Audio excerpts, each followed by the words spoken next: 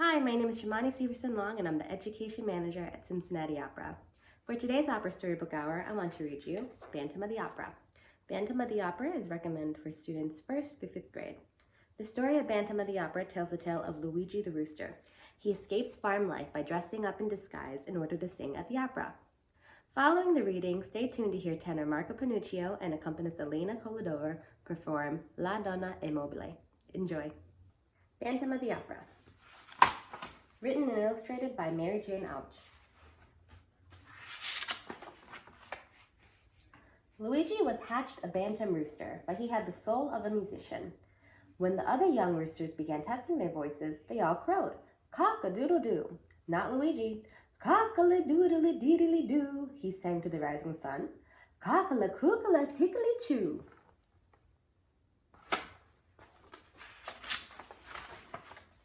"Knock it off," said the head rooster. "Nobody likes a show-off." "But I get bored crowing the same old thing," said Luigi. "Read my beak," said the head rooster. "It's cock-a-doodle-doo. Got that?" Luigi tried humming so he wouldn't attract attention, but that wasn't much fun. So he tried sticking his head into a haystack to muffle the sound, but he almost smothered himself.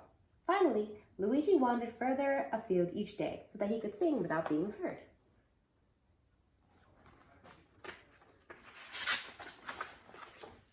One afternoon on the farmer's porch, Luigi heard opera music coming from the radio inside.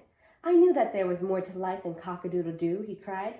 After that, Luigi sang along with the radio operas every day. His favorite aria was La Donna e Mobile from Rigoletto.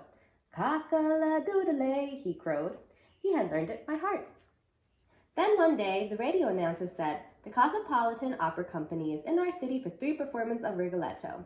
Luigi heard the farmer's wife said, "Wilbur, I do believe I'd like to see that. What say we go tonight?" A chance to see Rigoletto, Luigi almost fainted from excitement. That evening, he slipped into the back of the farmer's truck and went to the city.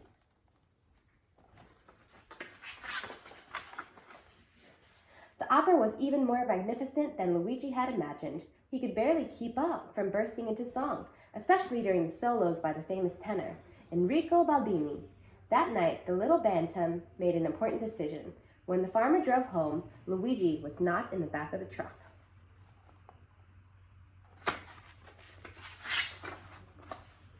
The next day, Luigi perched in the balcony of the darkened theater, watching the rehearsal.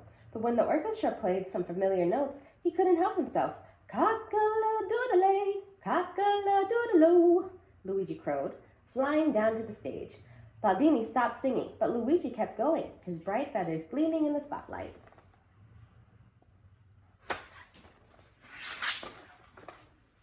"Get that chicken out of here," Baldini screeched. "The rooster has a lovely voice," said Carlotta Terrasani, the soprano, "and perfect pitch, so rare in a tenor." Perfect pitch! Baldini lunged for Luigi, scooping him by the tail. "I'll perfect pitch this poultry right out of the theater." As Baldini wound up, Carlotta stopped him. "Don't be a bully, Baldy. A singing rooster is the perfect opera mascot." "All right," Baldini grumbled, "but next time I hear one of my tenor arias coming out from your chicken lips, I'll make chicken noodle soup out of you."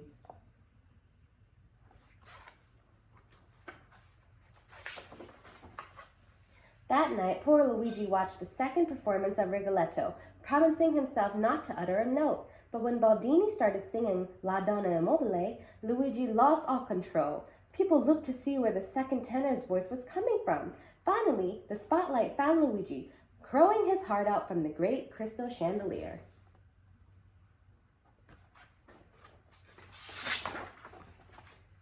Luigi flew off to another hiding place, but Baldini had seen him. After the performance, Baldini searched for Luigi with murder in his heart and a skillet in his hand. "Come out, you cowardly, conniving, copycat cockerel. I'll carve you into cassoulet." Luigi hightailed it through the backstage shadow and jumped into an open dressing room just in time to avoid being caught. "Exactly what I need," he said, looking at all the costumes.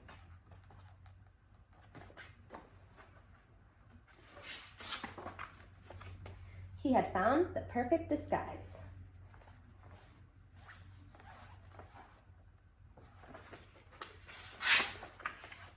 That night, Luigi watched from high above the stage. As much as he loved to sing, he didn't open his beak. Down below, the singers were warming up when suddenly Baldini started to scratch. Soon he was dancing around the stage, scratching with both hands. "I itch all over," he wailed. "It's driving me crazy." The director squinted closely at Baldini's face. "You're covered with red spots. You can't perform like that. Where's Romeo Manticotti, your understudy?"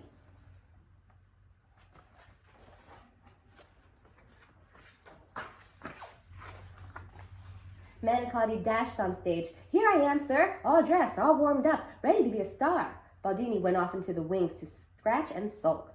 "Not a minute too soon," said the director. "Places, everyone." Suddenly, Manicotti started to scratch and scratch and scratch. "We have the spots too," said Carlotta. "The curtain is going up any minute. No one else knows the tenor part."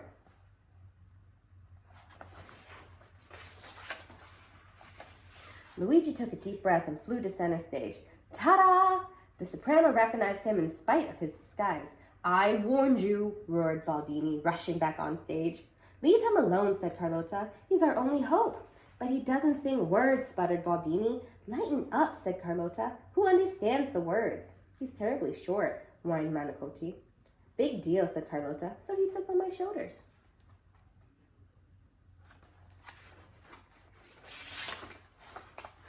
Luigi's little bantam heart almost burst from joy as the great velvet curtain began to rise. He hadn't counted on the reaction of the audience, though. "Get a load of the beak on that tenor. That's no tenor. It's just a chicken. Well, he's nothing to crow about. Get off the stage, you dumb cluck." Luigi kept singing in spite of his broken heart.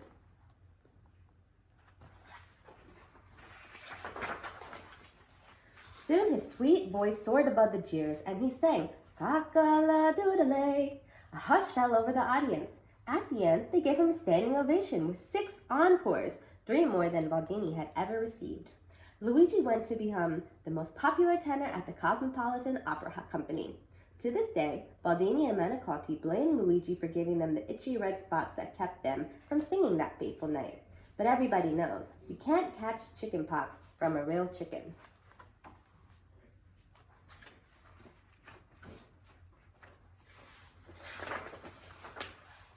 Or can you? The end.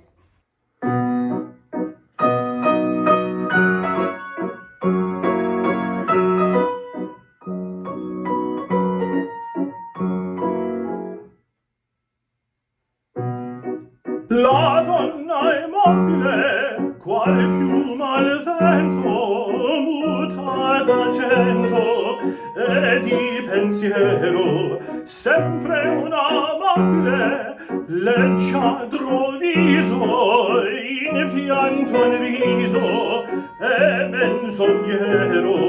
La donna è mobile, qual piuma al vento, muta e di pensiero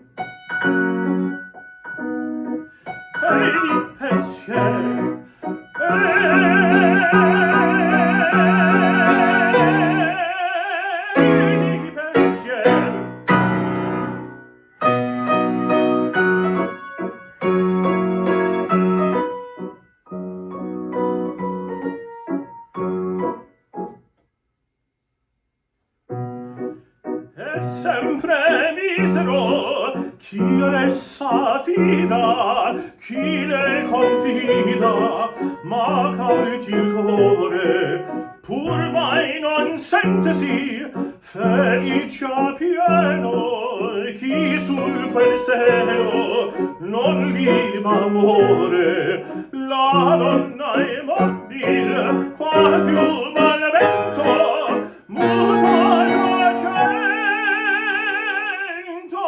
e di pensiero e di pensiero